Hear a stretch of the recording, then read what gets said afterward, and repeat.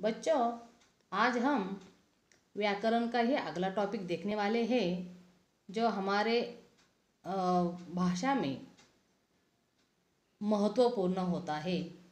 और हमारे टॉपिक का नाम है विराम चिन्ह। तो सबसे पहले हम देखते हैं इसकी परिभाषा। वाक्य को पढ़ते समय शब्दों, वाक्यों में कहाँ कितना रुकना है या गति देते हुए भाव को सूचित करने वाले चिन्हों को विराम चिन्ह कहते हैं। फॉर एग्जाम्पल, अभी मैं बोल रही, कंटिन्यू बोल रही आप लोगों से, कुछ ना कुछ ये हुआ, ऐसा हुआ, वैसा हुआ, कंटिन्यू आप लोगों से बातें करें तो आप लोग कहेंगे मिस बस करो, कितना बोर कर रहे, रुकने का तो आप नाम ही नहीं ले रहे। तो इसीलिए जब भी हम बोलते हैं तो कहीं ना कहीं हमें रुकना होता है। पढ़ते समय रुकना होता है, बातें करते समय रुकना होता है।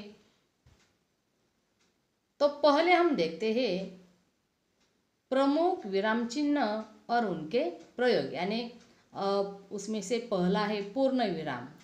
तो पूर्ण विराम कब दिया जाता है वाक्य में, पहले हम देखते हैं उसकी परिभाषा। पूर्ण विराम वाक कोष्टक में दिया है, देखो उसका दंडी, हिंदी में उसे हम कहते हैं दंडी, जैसे हम मराठी में कहते हैं पूर्ण विराम फुल स्टॉप, वैसे हिंदी में कहते हैं दंडी।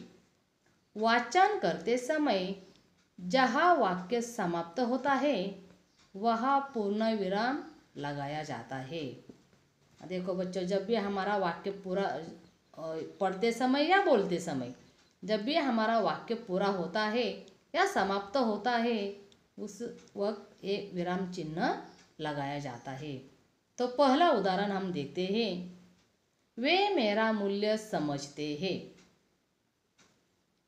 पूर्ण विराम।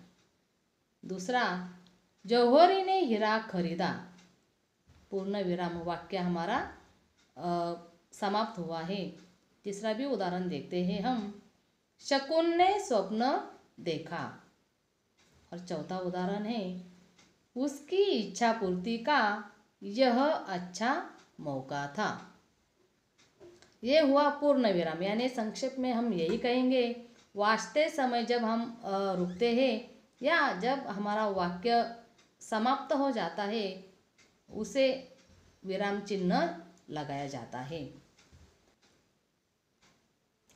दूसरा विराम चिन्ह का प्रकार हम देखते हैं अल्प विराम, और कैसा दिया जाता है वह ब्रैकेट में दिया है, देखो।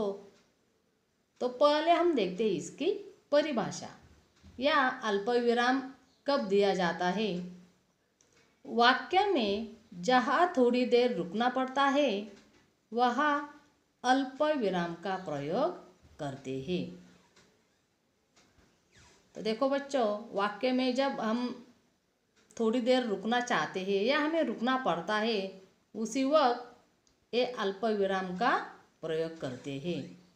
तो उदाहरण देखते हैं हम, मैं हीरा हूँ, सचमुच ही हीरा हूँ। मैं हीरा हूँ, या थोड़ा हमें रुकना पड़ता है क्योंकि वहाँ अल्प विराम दिया है। दूसरा वाक्य, जल्दी सोच लो शकुन। और तीसरा वाक्य, बेटा जीभ तो दिखाओ। तो ये हो गए हमारे अल्प विराम के उदाहरण। यानी पहले उदाहरण में हमने मैं हीरा हूँ, यहाँ हमें रुकना पड़ा। दूसरे उदाहरण में जल्दी सोच लो, यहाँ थोड़ा रुकना पड़ा। और तीसरे उदाहरण में बेटा, यहाँ हमें रुकना पड़ा, यानी वहाँ अल्प विराम का प्रयोग किया गया है।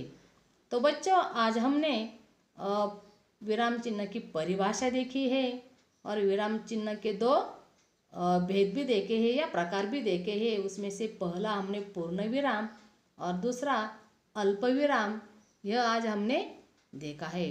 तो बच्चों, अपने नोटबुक में नए पेज पे ऊपर हेडिंग देने का